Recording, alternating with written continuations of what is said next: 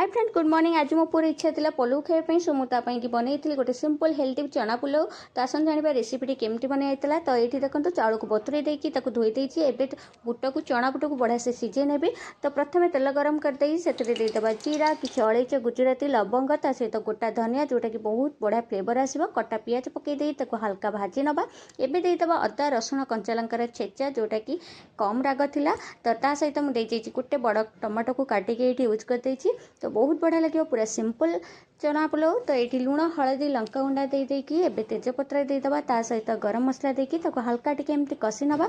तो कषि सारापर रखिदेबा सीझा चना बुट को पकेबा। देन आम पकेबा बतुरा होगी रखिदेबा चाउल कि बॉयल करके रखिथे भात ताकू भी यूज करेंगे। एवं अल्प देदेबा पानी पत्र देकी 5 मिनिट कवर करनबा। तो 5 मिनिट पर आमर पुलाव रेडी हो जाए। लास्ट को आम धनिया पत्र चाट मसला पकईकी पिला सर्व कर। देखा नेक्स्ट वीडियो। Bye bye. जय जगन्नाथ।